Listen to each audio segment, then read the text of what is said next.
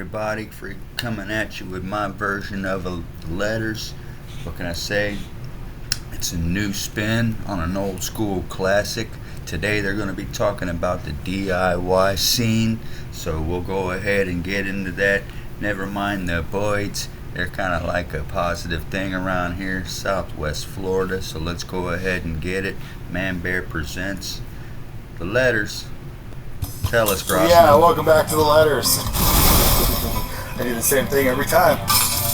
Gets them every time. Yeah. You know, I got laid in a skate park parking lot for the first time. Like, my entire fucking world centers around my experiences at the skateboard park.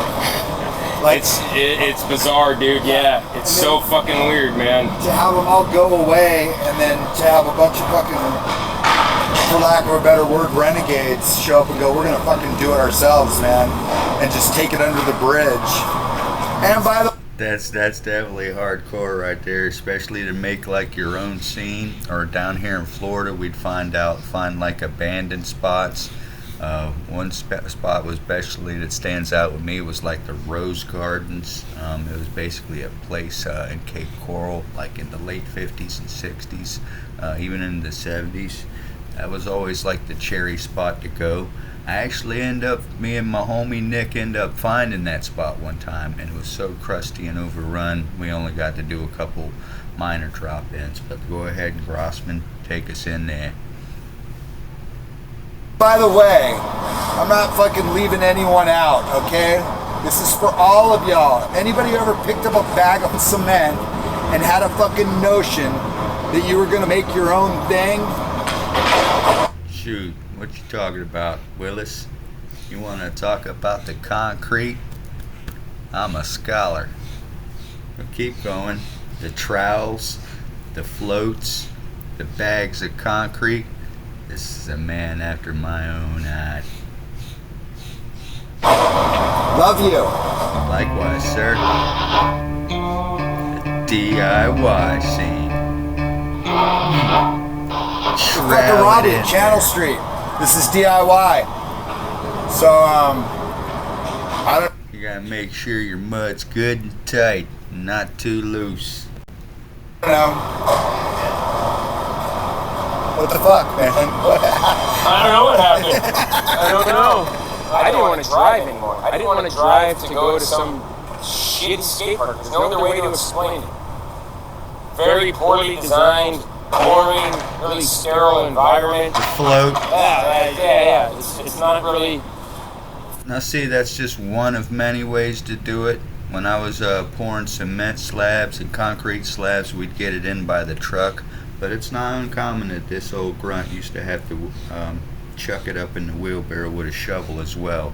That float, the thing that he was using to slide across the concrete that's on the stick and has the wings out, that's known as a float, a bull float. Fun. Took the fun right out of it for me. So I see them messing with the concrete. You put a little I just bit want to into get it, right in there and, with them. That guy puts a little bit into it, and she does something, and he does something, and everybody, whether they're trying to or not, it all kind of ends up going to some pretty cool looking thing, you know? Sweet.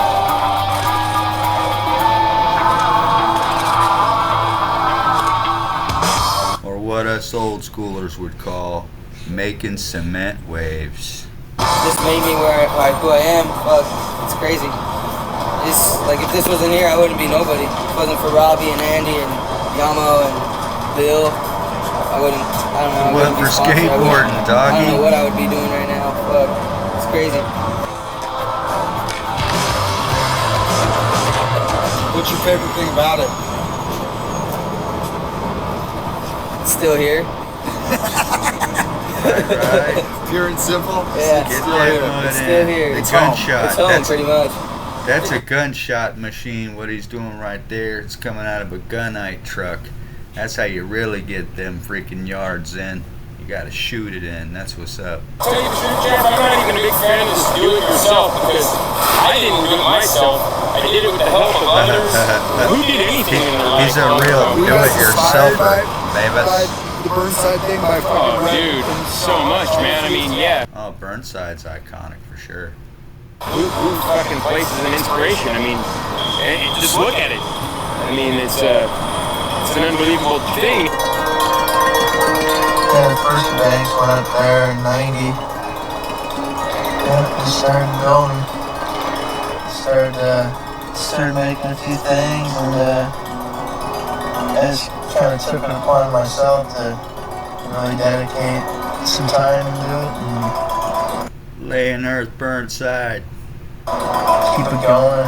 No matter what anybody said, like, oh, they tear it down, or whatever. Nice.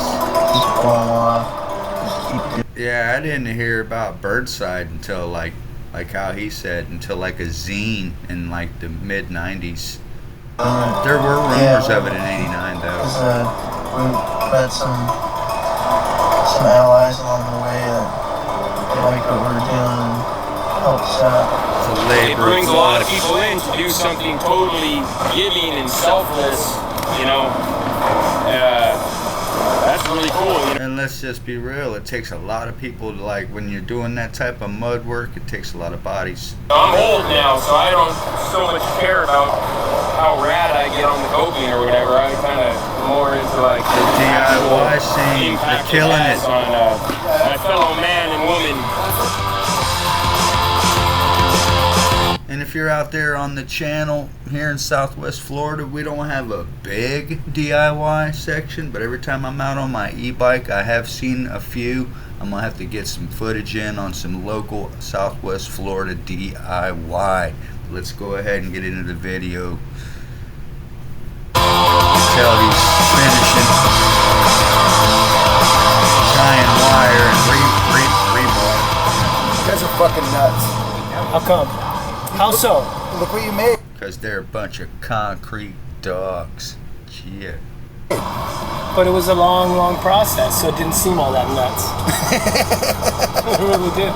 It seemed kind of nuts like the first couple of weeks, and then it just was like, oh, this is what we do, I guess, for however long they're gonna let us do it. And it just kept rolling, man. It just kept rolling.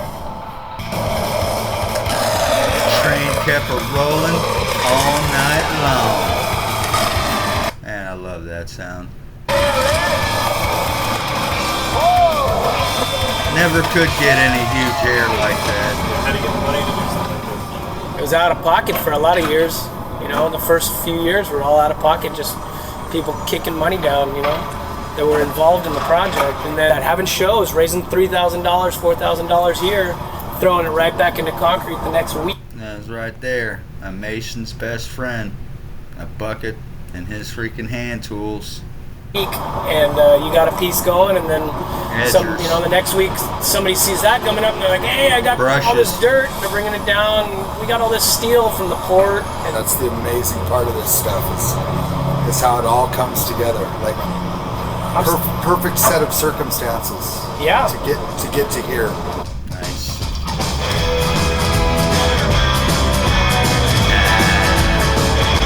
Yeah. The building of it is an art form. The fucking skateboarding of it is an art form, and the fact that it becomes its own living entity unto itself. The skateboard park just sitting there, this inanimate object, and the entire fucking life that it spawns. With people coming and rolling joints, with people fucking doing boneless ones. Yeah. The love affairs, the fucking fights, the whole fucking 9 yards of it is just fucking brilliant. Indeed it is, Grossman. Indeed it is. That's passionate words right there. For all you guys that fucking do this stuff, man, thank you. We love you. The impact you guys have had on all of our lives is so profound. I can't Same even put here, it into words. Grossman. You guys are fucking men amongst men. And this letter's for you. Thanks a lot. What do you guys think you'd be doing if you weren't skateboarding? Well, what I would be doing is probably nothing. Yeah? Yeah. So it's good that you're skateboarding. Yeah. It's a good exercise. What about you? Not holding smartphones. They're Like, freaking out probably there on shredding. my computer or something. As Not always. doing much. Cool, man. It's really fun here. I'm stoked you guys are having a good time on your skateboard. That's fucking rad. Same pig time, same pig channel. Peace.